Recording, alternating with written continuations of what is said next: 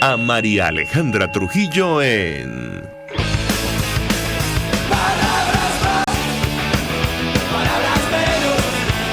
Palabras más, palabras menos.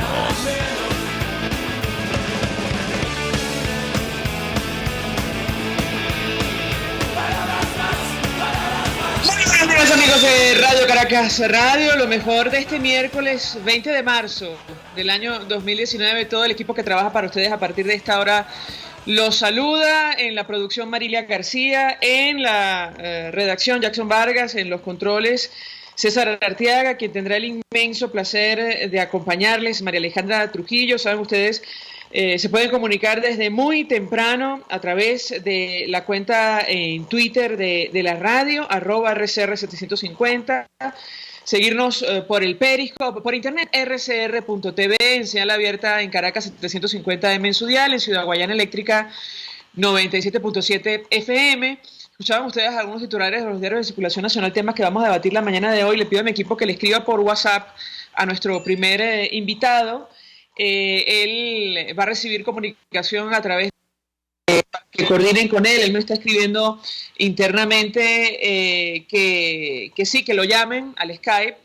Y con él vamos a hablar acerca de lo ocurrido ayer en la Asamblea Nacional, lo que está pasando puertas adentro de la Fuerza Armada.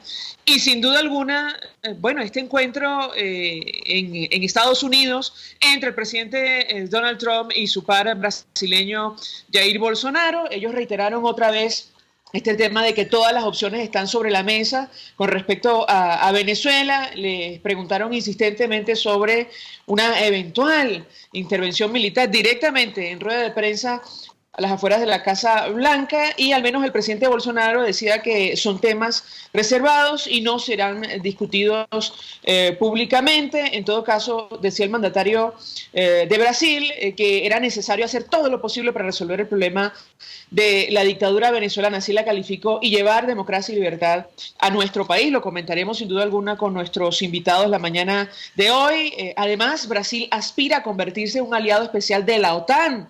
No sé si en la misma condición que Colombia, pero esto tendrá sin duda alguna un impacto en la región. También se celebró finalmente reunión en Roma entre el representante especial de Estados Unidos para Venezuela y funcionarios rusos. Intercambiaron opiniones sobre nuestro país. Elliot Abrams dijo que la conversación fue positiva, aunque no llegaron a un acuerdo sobre quién está a cargo de la presidencia en nuestro país. El vicecanciller ruso decía por su parte que tenían preocupación por las sanciones y una posible intervención militar.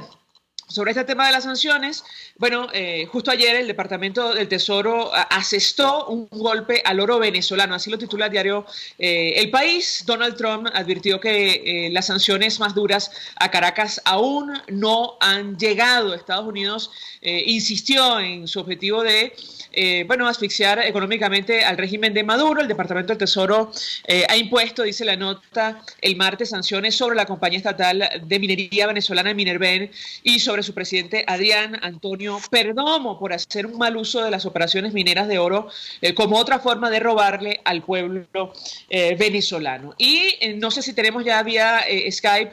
Ya lo tenemos, aquí te veo. Javier Ignacio Mallorca, periodista especializado en criminalística. Él forma parte del Observatorio del Crimen Organizado, está al frente de la página web crímenesincastigo.com. Javier Ignacio, gracias por atendernos tan temprano. Buenos días.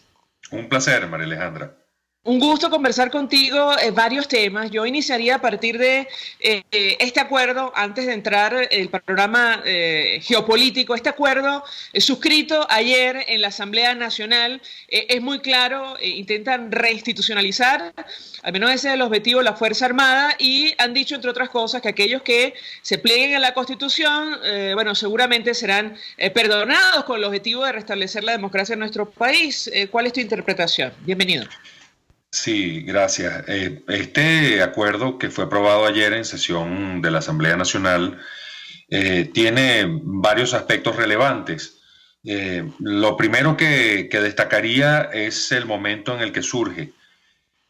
Como sabemos, María Alejandra, en Cúcuta y también en Boavista están grupos de militares venezolanos que cruzaron la frontera a propósito del intento para trasladar ayuda humanitaria a Venezuela.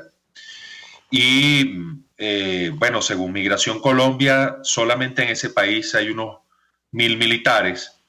Entendemos que en Cúcuta la cifra, o sea, no todos ellos están allí.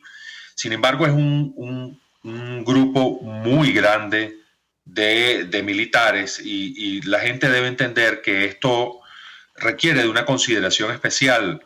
Si bien es cierto que todos los migrantes venezolanos requieren de atención, en el caso de los profesionales de armas, debido a las características muy particulares del régimen venezolano y a la situación en la que se produce el cruce por la frontera de estos funcionarios, allí se necesitaba de la toma de decisiones específicas. Ya habíamos visto hace un par de días cómo algunos sargentos exigían a Guaidó que se trasladara hasta Cúcuta para hablar con ellos y ponerse al tanto de cómo había evolucionado la situación de estos jóvenes, muchos de ellos muy jóvenes, que están allí pues con una gran incertidumbre acerca de lo que va a ser su futuro. Yo creo que esta respuesta institucional del Parlamento obedece en parte a ese planteamiento formulado desde Cúcuta. Sin duda alguna, la situación allí es bastante comprometida, no solamente para los militares, sino también para el gobierno anfitrión, que es el gobierno colombiano, mucho menos para el gobierno de Brasil, puesto que el contingente que está allí es de unos 12 militares. Pero también para Guaidó, porque buena parte de su discurso se basaba precisamente en la intención de provocar un quiebre dentro de la Fuerza Armada. Y parte de esta migración, diríamos ya masiva, de militares hacia otros países para unirse a su causa, obedecía precisamente a ese plan. Pero después de esto, ellos se han dado cuenta de que no se toman decisiones, de que la situación está como congelada. Incluso ya surgen informaciones sobre posibles traslados a otras locaciones, lo que a los ojos de estos militares, pues obviamente representa una especie de pérdida de su estatus especial. Y en eso estamos, ¿no? En esa coyuntura en la que Guaidó tenía que tomar decisiones. Lo que se aprueba en la Asamblea Nacional, esto hay que recalcarlo, es un acuerdo, no es una ley que tenga vigor. Es decir, realmente es una expresión política, es una declaración política en la que el Parlamento como un todo le está diciendo a los militares, no solo a los que están más allá de la frontera, sino básicamente a los que están aquí en Venezuela, que tienen que hacer todo lo que esté en sus manos para la restitución del hilo constitucional. Y esto, viniendo del Parlamento, pues nosotros podemos entenderlo como una exhortación a que se incrementen las presiones hacia el régimen de Nicolás Maduro. Si me permite, Javier Ignacio, tenemos un extracto de la declaración del presidente encargado del presidente de la Asamblea Nacional, Juan Guaidó, justo al momento de aprobar el acuerdo. Él se refería en los siguientes términos a esta exhortación a la Fuerza Armada Nacional, una nueva exhortación a la institución militar en nuestro país. Escuchamos su declaración y yo quisiera tu comentario. Que hablaba este Parlamento. Ha sido muy claramente y directo al seno de las Fuerzas Armadas, de la familia militar, en su rol de restablecer la democracia en Venezuela. Creo que el momento es ahora, creo que es un momento importante de inflexión para Venezuela, de reconstrucción, de relanzamiento, de respeto al país o de seguir cavando un hoyo de miseria, de pobreza, de falta de servicios públicos. Y el momento es ahora. Aquí hay un acuerdo muy importante que va a respaldar toda la fracción, todo el Parlamento, de cara precisamente a reinstitucionalizar, pero sobre todo a otorgar las garantías necesarias y de cara a la aprobación en segunda discusión de la Ley de Garantías y Amnistía a los funcionarios que se pongan del lado de la Constitución. Así que, señores de las Fuerzas Armadas, no es entre líneas, está hablando el Parlamento, es muy claro, determinado y muy firme en la posición de cara a reconstruir Venezuela y de cara a la Operación Libertad, que ha determinado como presión de todo el país, de toda Venezuela, para el cese definitivo de la usurpación. Tu comentario, Javier Ignacio. Claramente, esta es una exhortación que se inscribe dentro de la numerosa cantidad de mensajes que ha dirigido Guaidó a la Fuerza Armada. Él está, es muy claro que Juan Guaidó intenta de alguna manera provocar un cambio dentro de la Fuerza Armada y que ese cambio genere alteraciones en el orden político venezolano.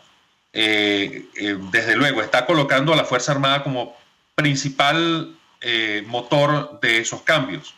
Y esto deriva de un análisis según el cual el régimen se sostiene básicamente, su pilar principal en este momento no es el pueblo, no es la popularidad, que no la tiene, sino el poder de las armas. Si esto no cambia, sería un paso más dentro de este conflicto creciente que está ya adquiriendo características de internacional, precisamente por el involucramiento de los países que están alrededor de Venezuela, básicamente Brasil y Colombia, en el conflicto político interno, por supuesto Estados Unidos, pero que todavía no vemos con una determinación en cuanto a lo que se debe hacer fronteras adentro. Es decir, en este momento están en el plano de las presiones para que los factores internos tomen decisiones en el sentido de alterar el curso de cosas. Pero eso hasta ahora no ha sucedido. Y esa, es la gran preocupación de Guaidó. De allí este acuerdo que se haya aprobado ayer en el Parlamento. Javier Ignacio, sobre este conflicto creciente, quisiera tu opinión sobre las declaraciones que escuchamos ayer en el marco de este encuentro en los Estados Unidos entre el presidente Donald Trump y el presidente Bolsonaro. Ellos insistían con esto de que todas las opciones están sobre la mesa, incluyendo la militar. A la pregunta directa sobre una posible intervención, citábamos al presidente de Brasil. Él advertía que esos son temas reservados y no serán discutidos públicamente. Sin embargo, expresó la aspiración de su país de convertirse en aliado especial de la OTAN, seguramente asumiendo la misma figura que tiene hoy día Colombia. Quisiera tu comentario en torno a este tema. Sí, bueno, y para Brasil esto tiene un sentido especial. Recordemos que Brasil es un fabricante de armas muy importante en la región. Estados Unidos, de hecho, ha adquirido sistemas de armas aéreas de Brasil. Brasil fabrica aviones Tucano y Super Tucano que son utilizados por las fuerzas aéreas de muchísimos países en Latinoamérica, pero además de eso fabrican armas cortas. Que se incorpore a la OTAN abriría desde luego un mercado muy importante para esta industria de Brasil. Eso no puede ser omitido en este análisis.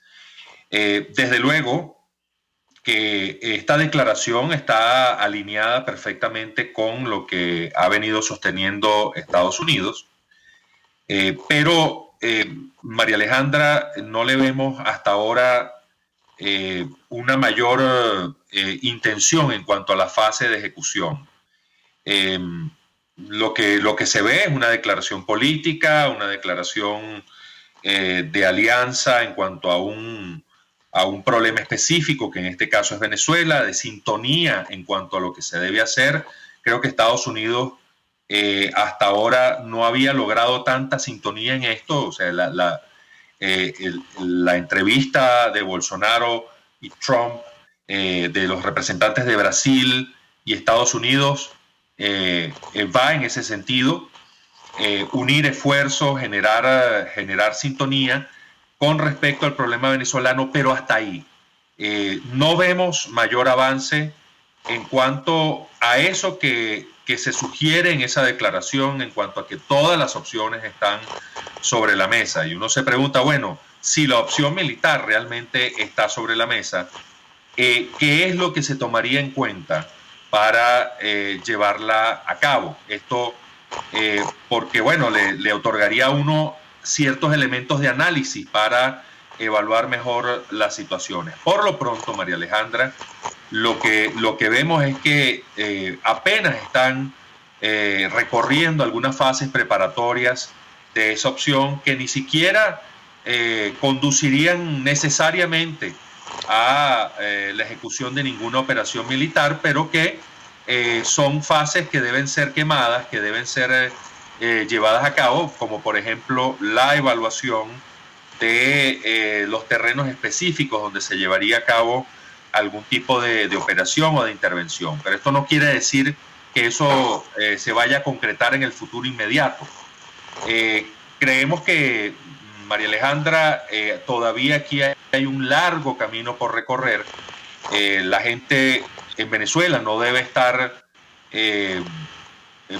digamos, poniendo su esperanza en el hecho de que se vaya a producir una intervención externa, puesto que todavía además no se ve una real convicción en cuanto a que eso se vaya a ejecutar. Todavía se cree que los mecanismos de presión internacional, de presión económica, podrían generar el efecto que ellos desean sin necesidad de llevar a cabo ningún movimiento de tropas.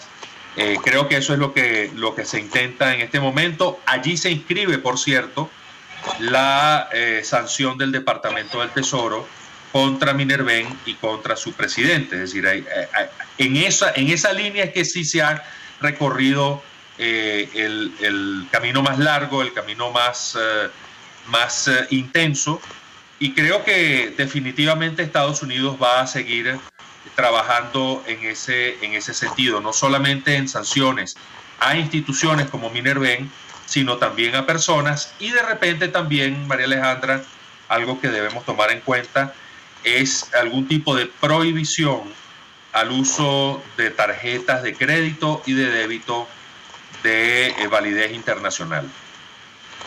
Si me permites, Javier Ignacio, tenemos que hacer una pausa. Sé que tienes compromisos que cumplir. Te voy a pedir que permanezca unos minutos más de ser posible. Si no, lo entenderemos, pero me interesa ahondar en este tema de Minerven, las sanciones financieras, porque cuando lees la nota del Departamento del Tesoro, hace referencia justamente al esquema que han utilizado para vender de forma ilegal el oro venezolano, la participación directa de la Fuerza Armada, según, insisto, esta nota del Departamento del Tesoro, en este esquema de venta ilegal de oro, el impacto que esto tendría y otras medidas en el futuro, porque ya lo decía el presidente Donald Trump, todavía no han impuesto, según su criterio, las sanciones más duras. Te ruego permanezcas unos minutos más. A regreso de la pausa seguimos esta conversación. Ya venimos. Usted escucha Palabras Más, Palabras Menos en RCR 750 AM. Puedes seguirnos en nuestras redes sociales. En Twitter, @RCR750, la radio que se ve. Colegas ingenieros, arquitectos y profesionales afines, el CIB a lo largo de sus 157 años de existencia siempre ha estado del lado correcto de la historia, defendiendo fervientemente la democracia, el profesionalismo y el desarrollo integral de nuestra querida y amada Venezuela. Y aunque pensemos que la oscuridad nunca se termina, amanece, siempre amanece, porque Dios puede más, siempre puede más. Cauchera Fran Luis te ofrece cauchos nacionales e importados de las mejores marcas y en todas las medidas, al mayor y de tal. Para mayor información visita @Cauchera San Luis en Twitter, Instagram y Facebook. O llama al 0412-815-6712. Cauchera Fran Luis, tu mejor opción.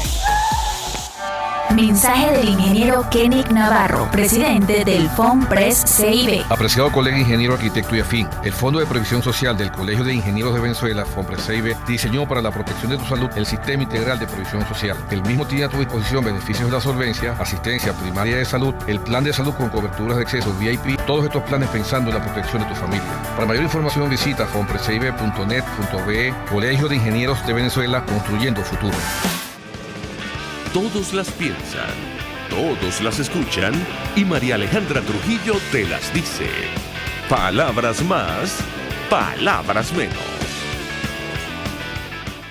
Continuamos, amigos, palabras más, palabras menos, conversando con Javier Ignacio Mallorca, periodista especializado en criminalística, forma parte del Observatorio de Crimen Organizado, está al frente de la página web crímenesincastigo.com, y yo les dejaba una inquietud antes de hacer la pausa para ir a publicidad, que tiene que ver con estas sanciones. Decía el presidente de los Estados Unidos que todavía no habían impuesto las medidas más duras a Caracas, las medidas más duras no habían llegado, esa fue la expresión que utilizó, y en la nota de prensa del Departamento del Tesoro, Javier Ignacio, hacen referencia a la participación directa de la Fuerza Armada. Ellos dicen: la minería y la posterior venta de oro ha sido uno de los esquemas financieros más lucrativos del régimen de Maduro en los últimos años, ya que cientos de miles de mineros han extraído oro en minas improvisadas y peligrosas en el sur de Venezuela, todas controladas por el ejército venezolano, que a su vez imputa de forma corrupta o maneja de forma corrupta las organizaciones criminales por el acceso a este oro. Al menos eso dice el Departamento del Tesoro. Quisiera tu comentario: ¿qué impacto tienen estas medidas para el financiamiento de Maduro y el equipo que lo acompaña? Te escuchamos. Bueno, hay varios aspectos para analizar. El primero, sugiere la declaración que has leído, la existencia ya de lo que llamaríamos una hoja de ruta en materia de sanciones. Esto, te confieso, María Alejandra, que cuando se hacían los análisis el año pasado, no estaba muy claro, no estaba claro exactamente qué pretendía en lo inmediato el gobierno de Estados Unidos con las sanciones que en ese caso iban esencialmente dirigidas a personeros del oficialismo y operadores del Ejecutivo y también del resto de los poderes excepto el Parlamento. Bueno, se decía en términos generales que se pretendía que el régimen de Maduro cambiara su curso de acción política, que cesara la represión, pero realmente no estaba muy claro exactamente cómo se pretendía que esto se hiciera, toda vez que cada vez que se iba a entrar en un proceso de negociación, bueno, lo primero que se invocaba era la necesidad de que Estados Unidos eliminara las sanciones. Es decir, la sanción más bien parecía entonces como una traba más que una solución. Bueno, hemos llegado a marzo de 2019, las sanciones se han ampliado. Han cambiado sus características, ahora van dirigidas también a instituciones. Esto no es poca cosa, porque además afectan toda la capacidad del margen de maniobra económico que tiene el gobierno para la obtención de recursos financieros en el exterior, del cual está sumamente ávido. Y en lo inmediato, muy probablemente, María Alejandra, esto lo que va a ocasionar es una acentuación, una mayor informalización del tratamiento que se ha tenido hacia el comercio del oro.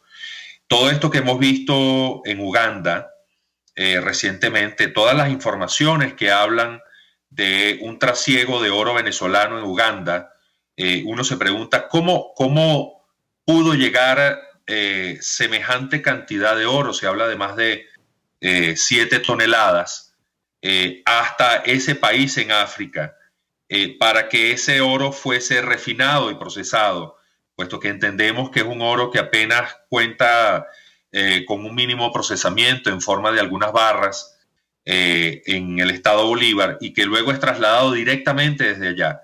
Cuando hablamos de informalización, la gente debe tomar en cuenta lo siguiente, quienes nos escuchan. Los primeros traslados de oro que se hicieron al exterior, bueno, era oro que estaba almacenado en bóvedas del Banco Central de Venezuela, lo cual implica ya un cierto registro que es como se debe hacer. Ese oro debe ser enterado al Banco Central de Venezuela y posteriormente el Banco Central emite una autorización para que el oro sea trasladado al exterior.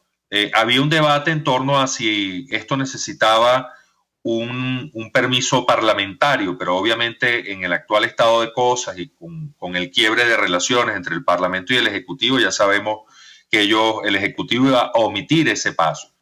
Se llevó oro a China, se llevó oro a Dubái, se llevó oro a Irlanda, utilizando mecanismos más o menos formales, es decir, el oro salía por el aeropuerto de Maiquetía, a menudo utilizando líneas aéreas, es decir, iba en compartimientos de carga, era registrado, había contabilidad. Esto que hemos visto en Uganda es algo totalmente distinto. Es decir, esto forma parte de las medidas que adoptó el gobierno venezolano, el régimen de Maduro, para escapar a los controles que se venían ejerciendo desde la comunidad internacional y especialmente el Departamento del Tesoro, y tratar de alguna manera de obtener recursos. Esto lo uniría, María Alejandra, a la reciente acusación formulada en un tribunal de Nueva York contra el ex vicepresidente ejecutivo y ministro de Economía, Tarek El Aissam, y el señalado testaferro de él, Samar López, y 2 operadores aéreos. Si uno lee la acusación, en el texto se refiere claramente que estos viajes que configuran el delito específico que se está acusando allí eran para ir a buscar recursos que estaban en Rusia, en Turquía y en otros países y traerlos a Venezuela utilizando estos vuelos charter. ¿Y de qué surgen esos recursos? Bueno, 2 más 2. Tenemos este comercio de oro informal que está generando dinero, pero que tiene que ser trasladado de alguna manera, o lo trasladas a través de la banca, lo cual implica un riesgo de que sea detectado por los sistemas de inteligencia financiera de Estados Unidos, o lo trasladas en físico a través de estos vuelos charter para disponer después de esos recursos, ya sea integrándolos poco a poco al mercado nacional, lo cual es una forma de legitimación, o introduciéndolos por vía también de ocultamiento a través de otras de actividades de empresas que pueden ser empresas de fachada en el exterior. Desde luego, la acusación no profundiza en torno al destino que tuvieron esos recursos manejados desde Turquía y Rusia hasta Venezuela. Entonces, creo que estos 2 elementos están vinculados. Creo que vamos a ver mucho más de este tipo de operaciones. Incluso, María Alejandra, deberíamos estar muy atentos ante la posibilidad de que el precio del dólar no solamente se estanque, sino que empiece a bajar en Venezuela. Y ese sería un indicador, me refiero al precio del dólar informal, el precio del dólar del mercado paralelo, como lo dicen. Y esto podría ser un indicador de que se está introduciendo dinero procedente del exterior a través de este tipo de mecanismos al mercado nacional con la finalidad de encontrar nuevos recursos. Es decir, aquí en este sentido y dada la desesperación del Ejecutivo para encontrar mecanismos de financiamiento, pareciera que todo vale. Javier Ignacio Mallorca, gracias. Como siempre, por atendernos, acompañarnos estos minutos. Él es periodista especializado en criminalística, miembro del Observatorio Venezolano del Crimen Organizado, está al frente de la página web crimenesincastigo.com, expresando opinión acerca de lo que ha ocurrido en las últimas horas con la Fuerza Armada Nacional y en general con la comunidad internacional, la preocupación creciente sobre nuestro país. Se suma a nuestra mesa de debate Rocío San Miguel. Ella está al frente de la organización Control Ciudadano. Gracias por atendernos. Muy buenos días. Muy buenos días, María Alejandra. Siempre un gusto conversar contigo. Un gusto conversar con Rocío San Miguel. Tuvo la oportunidad de escuchar la última parte de la intervención de Javier Ignacio Mallorca. Yo le pediría una valoración porque uniéndolo a la nota de prensa del Departamento del Tesoro, da la impresión, y tal como lo han advertido organizaciones como Inside Crime, que buena parte de la institución armada está penetrada por el crimen organizado de nuestro país. Al menos así lo evidencia, insisto, esta nota del Departamento del Tesoro que justifica las sanciones contra Minerven. Le pediría una primera valoración de su parte con relación a este tema. Sí, bueno, no es un secreto para el país el control que la Fuerza Armada Nacional por distintos medios ha venido ejerciendo sobre el área de explotación del oro desde hace muchísimos años. Esto, digamos que no es nuevo. La zona de custodia, la autoridad militar sobre el área de explotación, inclusive se ejerció desde la época de la llamada Cuarta República, pero por supuesto se intensificó ya sin controles de ningún tipo, además con deformaciones muy perversas que se han venido consolidando en el área del Estado Bolívar, con la participación de la Fuerza Armada Nacional. Esto adquiere una dimensión descomunal ya de participación de la Fuerza Armada Nacional con la creación de Caminpex, que es la compañía anónima minera de explotación petrolera y minera, en donde ya pues los anclajes, los mecanismos de vigilancia que pudieran existir sobre ese circuito en la explotación del oro, su entrega definitiva al Estado en la fórmula que muy bien describía Javier Ignacio Mallorca al Banco Central de Venezuela, que es el último depositario que custodia esta explotación de oro, pues simplemente se perdió, es decir, se edificaron ya incluso los llamados mecanismos institucionales para perder y borrar todo circuito de control democrático, si cabe la palabra, de control del Estado sobre lo que allí ocurría. Bueno, yo saco a colación este tema porque a la luz del acuerdo que se aprobó ayer en la Asamblea Nacional, incluso la ley de amnistía que está en discusión, es difícil pensar cómo se va a aplicar un mecanismo para reinstitucionalizar a la Fuerza Armada, que en muchos casos, parte de los componentes estarían vinculados al tráfico ilegal de oro, parte de los componentes que están en instituciones como el sector salud, reconocen, un esquema de manejo político, por ejemplo, de los insumos, con el impacto que esto ha tenido. Quisiera su comentario en torno a este tema, si existe claridad frente a lo que existe hoy día en el país y que podría ser un obstáculo para una posible transición a la democracia. La escuchamos. Los procesos de amnistía, de perdón, de reconciliación, lo primero que necesitan son radiografías claras de lo que ocurrió.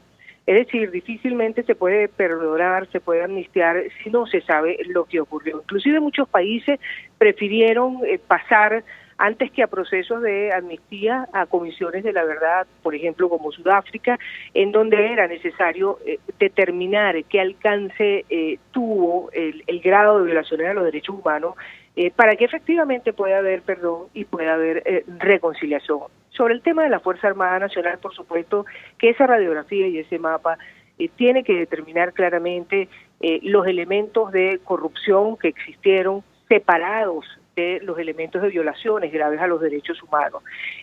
Ambos son elementos delictivos, pero la Constitución de la República Bolivariana de Venezuela es firme con respecto a violaciones graves a los derechos humanos.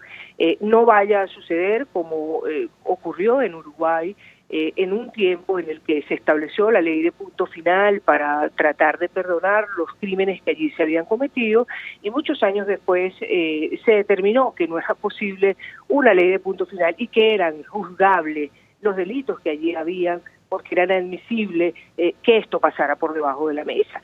Yo creo entonces, en primer lugar, sin lugar a dudas, que tiene que hacerse esta radiografía para discriminar muy bien, muy claramente, qué es lo que ha sucedido, en qué grados de participación se han cometido elementos de corrupción que han ocasionado muerte de venezolanos, por ejemplo, en el relato de Carlos Rotondaro, para mí impactante desde todo punto de vista, que dio en estos días en la televisión colombiana, sobre todo porque reconocía sin ningún rubor que más de 5.000 personas fallecieron por simplemente la falta de interés del Ejecutivo Nacional de otorgar recursos para los dializados, por ejemplo. Es decir, este mapa es necesario, pero también es necesario, a la par de un proceso de ley de amnistía y de perdón, si es el caso, porque no todos los delitos son amnistiables. Reitero, la Constitución tiene anclajes que no permiten amnistía para todos los delitos. Es necesario también dibujar una política de ese Estado que se va a instalar en la transición y que gobernaría en Venezuela. Porque mal puede decirse voy a perdonar, pero van a continuar siendo las cosas de este modo. Pregunto, se han hablado de qué va a suceder con Camimpec, cómo va a ser el modelo de exportación y de explotación del oro, cómo va a quedar la participación de la Fuerza Armada Nacional en esa situación de el control del anillo fronterizo nacional, donde no solamente hay tráfico de oro, sino hay tráfico de combustible, tráfico de alimentos y por supuesto tráfico de drogas. Hay que precisar cómo va a ser esa nueva estructura de la Fuerza Armada Nacional, cómo va a quedar esa nueva estructura legal, cómo va a quedar esa nueva doctrina. Esa historia no se ha contado. Y es absolutamente necesaria explicársela al país, concebirla si no existe, para narrarla a la par de eso que quiera edificarse en Venezuela, que sea perdón, reconciliación y amnistía, que puede darse para algunos delitos que hayan ocurrido, por supuesto, en estos 20 años en Venezuela. Quería preguntarle, porque me da la impresión que, a la luz de lo que comenta nuestra invitada, lo que compartía Javier Ignacio Mallorca, que acuerdos como el que se aprobó ayer, o incluso el proyecto de ley de amnistía, no sería suficiente, digamos, para una aproximación, para poner en práctica una aproximación a la Fuerza Armada Nacional y con ello conseguir una transición a la democracia. Quisiera su comentario, porque ciertamente el caso del general Rotondaro, que entiendo está activo, reconociendo su participación, aunque él trata de salvar su responsabilidad, pero su participación en un esquema, delictivo, criminal, que podría incluso circunscribirse dentro del delito de lesa humanidad, esto de imponer intencionalmente condiciones de vida que significan la privación de acceso a medicinas, con el impacto que eso tuvo, y en la práctica 5.000 víctimas mortales que se conozca. Es decir, quisiera su comentario en torno a este tema, porque, insisto, da la impresión que de momento los instrumentos que se han manejado no son suficientes para hacer frente a la situación, porque lo que vimos en esa entrevista da la impresión es solo la punta de un iceberg. ¿La escuchamos? Sí, dos elementos importantes. Esa entrevista, que reitero, es muy importante en el sentido que permite develar los resortes del poder, la indolencia de esa cúpula del poder frente a los problemas sociales de los venezolanos. Allí explicaba Carlos Rotondaro, que es activo, María Alejandra, él pertenece a la promoción de 1987, por cierto, la promoción de Tomás Montilla, la misma de Diosdado Cabello, sus compañeros son comandantes de Redi, es un oficial de comando. Él explicaba allí claramente incluso cómo se recogían las medicinas cuando no había fines electorales. Eso es más que perverso, constituye y puede demostrarse, si se edifica con todos los soportes correspondientes, delitos de lesa humanidad. Y además es muy interesante, la entrevistadora Idania Chorinos le pregunté, ¿usted estaría dispuesto a declarar ante la Corte Penal Internacional? A lo cual Carlos Rotondaro dijo, yo estaría dispuesto a llevar esto donde sea necesario, pues para esclarecer lo que ocurrió en Venezuela. Eso es determinante. Yo tengo la opinión que en el tiempo va a ir apareciendo gente que no queriéndose vincular, o asustados, muy asustados por lo que pueda ocurrir en términos de sanciones internacionales, inclusive el alcance de la jurisdicción penal internacional en un momento dado, decidan cooperar, porque claramente en los términos de la cooperación se disminuyen las penas de las cuales puedan ser objeto de estas personas. Pero con respecto a la ley de amnistía, reitero, esto tiene que tener un mayor alcance. Tuvo un fervor impactante cuando se exhibió al país, cuando la gente salió a la calle a mostrarle la hoja a efectivos militares. pero hace mucho más falta que un proyecto de ley de amnistía para conquistar a los militares. A los militares no se les ha explicado cuál va a ser el modelo de Fuerza Armada Nacional, cómo va a ser ese retorno al carril constitucional, qué va a quedarse, vamos a tener una Fuerza Armada Nacional igual al pasado, vamos a avanzar hacia el futuro, cómo va a ser esa estructura. ¿Qué va a ocurrir con ese alto mando militar que en su mayoría, por supuesto, está comprometido? ¿Qué va a ocurrir con muchas decisiones que se han tomado? ¿Se va a permitir que la Fuerza Armada Nacional continúe utilizando el uso mortal de la fuerza, esa famosa resolución 8610?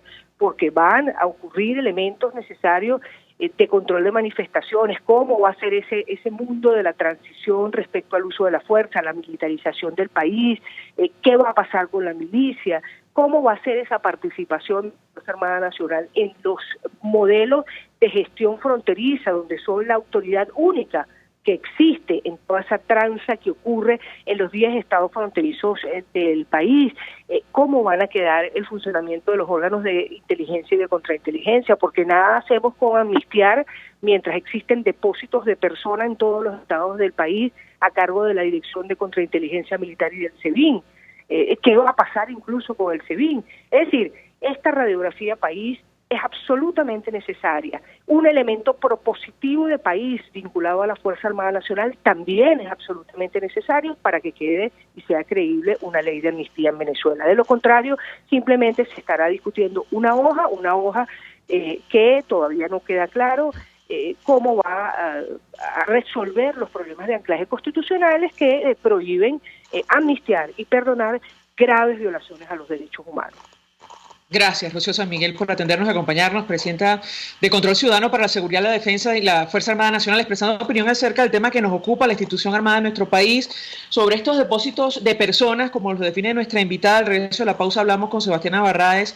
Ella decía que se sentían engañados y decepcionados los militares detenidos por Nicolás Maduro tras la visita de la comisión enviada por Michelle Bachelet. Al regreso de la pausa hablamos con la periodista Sebastiana Barraez acerca de este tema. Vamos a publicidad, ya venimos con más. Estás escuchando Palabras Más, Palabras Menos, por RCR 750 AM. Puedes seguir nuestra programación a través de rcr.tv, la radio que se ve. El siguiente espacio educativo está dirigido a niños, niñas y adolescentes.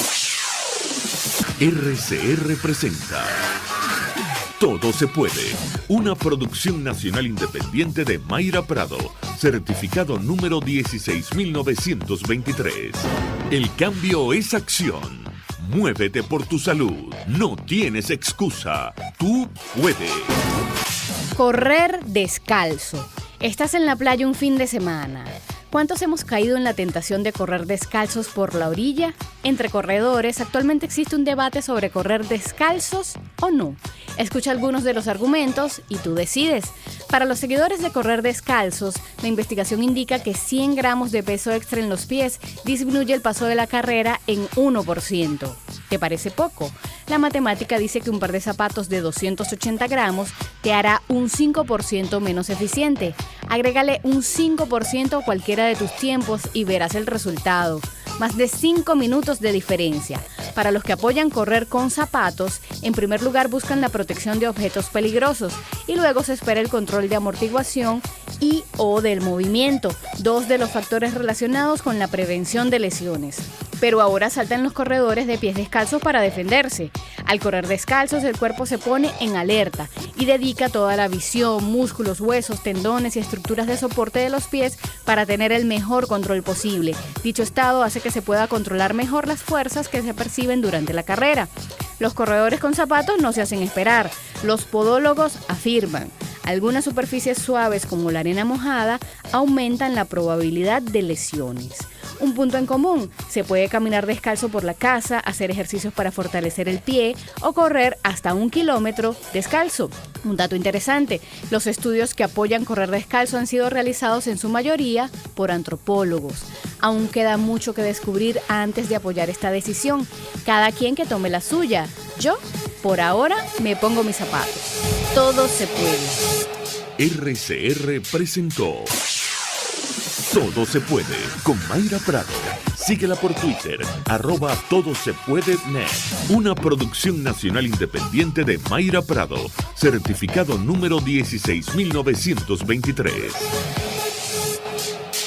Mensaje del ingeniero Ramón López, vicepresidente del Colegio de Ingenieros de Venezuela. Apreciado colega ingeniero, arquitecto y profesional afín, el sistema de salud venezolano no presta la atención requerida y la altísima inflación encarece notoriamente este servicio. Es por ello que el Fondo de Previsión Social del CIP te ofrece un servicio de salud seguro, confiable y accesible, con amplia cobertura. Para mayor información visita el portal www.cib.net.be. Colegio de Ingenieros de Venezuela, construyendo futuro.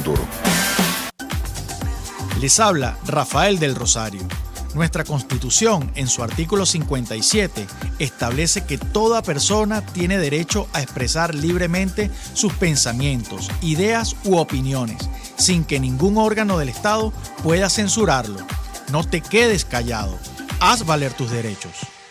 Mensaje del ingeniero José Peraza, tesorero del FOMPRES CIB. Estimado colega ingeniero, arquitecto y profesional afín, el Colegio de Ingenieros de Venezuela y el Fondo de Previsión Social, preocupado por la salud de tu familia, ha diseñado un sistema de salud integral que coloca a tu disposición y que contiene asistencia primaria de salud, ambulancia, hospitalización, cirugía, oftalmología, dermatología, fisioterapia, psicología, odontología, farmacia y funerario. Para mayor información, visítanos a nuestros portales cib.net.be, fomprescib.net.be, Colegio de Ingenieros de Venezuela, construyendo futuro. RCR 750 AM. Porque lo bueno une.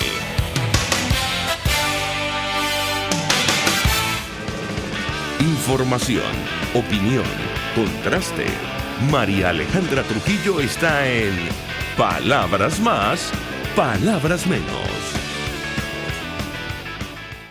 Continuamos, amigos, palabras más, palabras menos, y decíamos que íbamos a conversar en esta parte del programa con la periodista especializada en la fuente militar, Sebastiana Barraez. Nuestra invitada anterior, Sebastiana, hablaba de depósitos de personas en las cárceles militares, y justo en un artículo que tú publicabas en el portal Infobae, hablabas sobre el engaño y la decepción de los oficiales detenidos por Nicolás Maduro tras la visita de la comisión enviada por Michelle Bachelet. ¿Qué puedes comentarnos? Bienvenida. Buenos días, María Alejandra. Un saludo para ti y para los oyentes.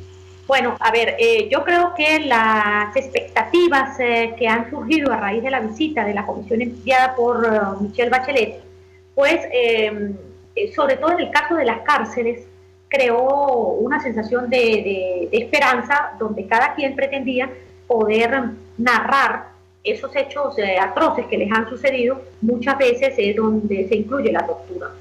Pues bueno, no ha sido exactamente así. Y en el caso de los militares, pues ha sido una situación particularmente muy lamentable, porque en el caso de Ramo Verde, la comisión apenas pudo tener un mínimo contacto con aquellos militares, por ejemplo, los del caso de la Operación David y los del grupo de Óscar Pérez, quienes pudieron plantearle a través de las rejas y pegando gritos la situación que ellos estaban viviendo. En el caso de la Dirección General de Contrainteligencia Militar, pues ya tienen varias semanas haciendo remodelaciones, entre otras han eliminado las celdas de castigo, pero ayer, ya después de haber publicado este artículo, tuve la información de que el gobierno no le permite a la Comisión de la ONU visitar la DGCID, donde entre otras cosas hay problemas graves de hacinamiento, donde han habido problemas de torturas, denuncias graves de torturas, y bueno, sencillamente pues el gobierno decidió no permitirle a la Comisión de la ONU asistir a este recinto militar. Sebastián, ayer nuevamente la Asamblea Nacional y concretamente el presidente encargado hacía una exhortación a la Fuerza Armada a plegarse a la Constitución, promover una transición a la democracia en nuestro país. Yo quisiera tu comentario, saber qué impacto pueden tener este tipo de llamados que contrastan, por cierto, con la situación de algunos oficiales que han cruzado la frontera hacia Colombia en una situación precaria que aparentemente ya fue resuelta, pero que no se corresponde con los planteamientos que se están haciendo desde el Parlamento Nacional. ¿Cuál es tu opinión? Te escuchamos. Bueno, mira, este decreto de la Asamblea Nacional es bien interesante, entre otras cosas. Digamos que todos los que son los considerandos del decreto, pues sencillamente son basados en la Constitución. Ahí no hay otra cosa. Pues. Lo único que están basándose en la Constitución de la República Bolivariana de Venezuela en relación con el compromiso, la obligación que tiene la Fuerza Armada Nacional en lo que a sus funciones se refiere. Ya en la parte donde decretan algunas cosas, pues hay algo que me resultó bien interesante. Uno es que ellos reincorporan a los oficiales que pasaron hacia Colombia y que desconocieron a Nicolás Maduro y reconocieron a Juan Guaidó. Y además, pues reiteran ya esta vez por escrito lo que algunos voceros, tanto norteamericanos como dirigentes de oposición han venido diciéndole a la Fuerza Armada, como es el reconocimiento que se le darían a los militares que participaran en el restablecimiento de la democracia. Esto es significativo porque, mira, María Alejandra, hasta ahora no ha existido realmente una relación estrecha de comunicación entre la Fuerza Armada y la sociedad civil. Y en esto incluyo a los dirigentes políticos. Hasta ahora los militares han venido actuando por su lado y los dirigentes políticos y la sociedad civil por el otro. Yo creo que esta fue una estrategia muy bien planteada en algún momento por el entonces presidente Hugo Chávez, que ha dado resultados. Mientras el presidente decía en ese momento aquel famoso lema de pueblo, Fuerza Armada, pues eso en los hechos era una gran mentira. Al contrario, se profundizó las diferencias entre la Fuerza Armada y la sociedad civil hasta el extremo de que la Fuerza Armada es profundamente rechazada por la sociedad civil. Entonces tenemos una situación que, por lo que veo, se está tratando desde esa dirigencia política opositora de crear puentes comunicantes con la Fuerza Armada, o por lo menos con lo que queda de esta Fuerza Armada. Sebastiana, gracias por atendernos, acompañarnos. Bueno, lamentablemente por el tema de la comunicación no tuvimos suficiente tiempo para conversar, pero te comprometo en el futuro para seguir ahondando en este tema de la Fuerza Armada, una institución fundamental que va a ser fundamental de cara a la transición a la democracia en nuestro país. Vamos a la pausa, al regreso venimos con más. Escuchas a María Alejandra Trujillo en Palabras Más, Palabras Menos, por RCR 750 AM. Sintonícenos a través de Periscope, @RCR750, la radio que se ve. Colegas ingenieros, arquitectos y profesionales afines, el CIB a lo largo de sus 157 años de existencia siempre ha estado del lado correcto de la historia, defendiendo fervientemente la democracia, el profesionalismo y el desarrollo integral de nuestra querida y amada Venezuela. Y aunque pensemos que la oscuridad nunca se termina, amanece, siempre amanece, porque Dios puede más, siempre puede más. Quiero invitarte al restaurante Tavo La Calda La Lagunita, simplemente porque la vas a pasar muy bien. Los platos de su chef conjugan a la perfección el Mediterráneo con el Caribe, las porciones generosas y el ambiente es cálido y familiar. Comprueba que bien vale la pena en Instagram, @Tavo La Calda La Lagunita, la experiencia gastronómica que siempre querrás repetir. Mensaje del ingeniero Kenick Navarro, presidente del FOMPRES CIB. Apreciado colega ingeniero, arquitecto y afín, el Fondo de Previsión Social del Colegio de Ingenieros de Venezuela, FOMPRES CIB, diseñó para la protección de tu salud el Sistema Integral de Previsión Social. El mismo tiene a tu disposición beneficios de la solvencia, asistencia primaria de salud, el plan de salud con coberturas de acceso VIP, todos estos planes pensando en la protección de tu familia. Para mayor información visita fomprescib.net.be, Colegio de Ingenieros de Venezuela, construyendo futuro. Se dicen, se ocultan, se piensan, se descubren. Palabras más, palabras menos. Con María Alejandra Trujillo. Continuamos Estimados amigos, palabras más, palabras menos, se nos ha agotado el tiempo, nos despedimos, lo hacemos a nombre de Jaime Nestares en la Dirección General de la Estación, en la gerencia de producción Willy Zarcaya, en la redacción Jackson Vargas, en la producción Marilia García, en los controles César Arteaga, quien tuvo el inmenso placer de acompañarles, María Alejandra Trujillo. Los dejamos con Por Todos los Medios. El Colegio de Ingenieros de Venezuela y el Fondo de Previsión Social del Colegio de Ingenieros de Venezuela presentaron. RCR presentó Palabras Más, Palabras Menos. RCR 750 AM.